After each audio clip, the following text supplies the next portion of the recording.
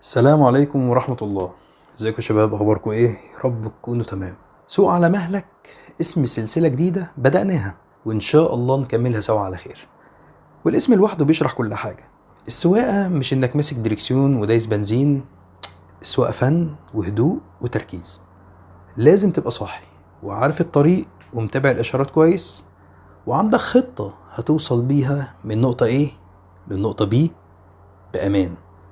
نفس الكلام بالظبط في سوق المال، لأن التداول مش لعبة حظ ولا دوسة زرار ونبقى مليونير.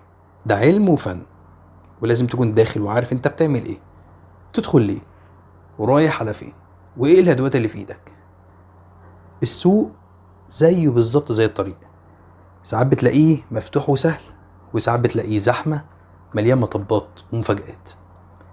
سوق على مهلك دي مش جملة والسلام، دي نصيحة انك تهدى وتتعلم وتفهم وتمشي على مهلك علشان توصل بأمان، سواء في الشارع أو في البورصة. لأن زي ما في السواقة في قواعد وإشارات، في السوق كمان في أساسيات لازم تفهمها علشان تحمي نفسك وتحافظ على فلوسك. لأن السوق ده المكان اللي فيه البياع والمشتري بيتقابلوا فيه، واللي داخل السوق ومش فاهم بيتوه وبيتخبط ويمكن يخسر جامد قوي.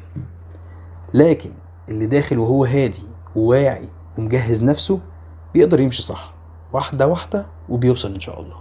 سوق على مهلك علشان السرعة الزيادة ممكن تكلفك كتير. سوق على مهلك لأنك لما تهدي هتعرف تشوف الطريق أوضح. سوق على مهلك لأن السوق مش سباق، ده مشوار طويل، واللي بيفضل واقف على رجله هو اللي مستعجلش. عشان كده القناة دي مختلفة، مش شبه أي قناة تانية. مش هتلاقي عندنا توصيات ولا عود وردية ولا كلام من النوع اللي يقول لك اشتري السهم ده بكرة بعد بكرة تبقى مليونير. لا خالص خالص. احنا هنا جايين نتكلم بالعقل والمنطق مش بالأحلام.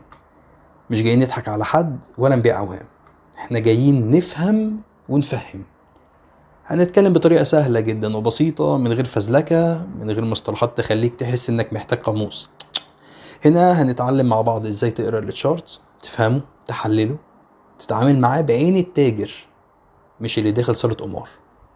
هنعرف يعني دعم ومقاومة، ازاي تدخل في وقت مظبوط، وامتى تخرج وانت كسبان ان شاء الله. كل ده من السوق الحقيقي، مش من كتب او شغل نظري. انا عارف طبعا ان في ناس كتير على النت بتتكلم عن التداول والقنوات مفيش اكتر منها، واكيد انت بتقول هو ايه الجديد. انا هقولك الجديد انك هتسمع من حد عايش السوق بجد. مش بقولك على فكرة ان انا خبير، بس بقولك اني مريت بتجربة فيها مكاسب وخسائر.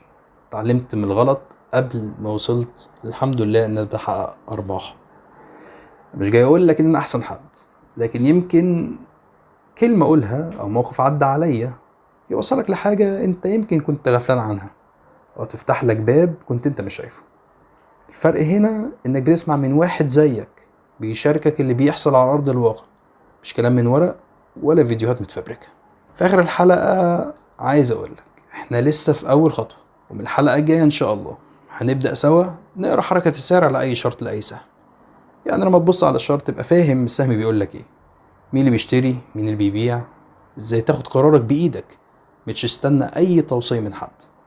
وهنبدأ كمان نشرح الشموع اليابانية واحدة واحدة باسلوب بسيط من غير تعقيد ومن غير دوشة، تفهم كل شمعة معناها ايه وبتقولك السوق رايح على فين. فلو انت ناوي تتعلم بجد وحابب تمشي السكة دي على مهلك بس صح، خليك معايا واستعد الحلقات الجاية عشان هنبدأ الشغل الحقيقي. سوق على مهلك، بس سوق بعقلك.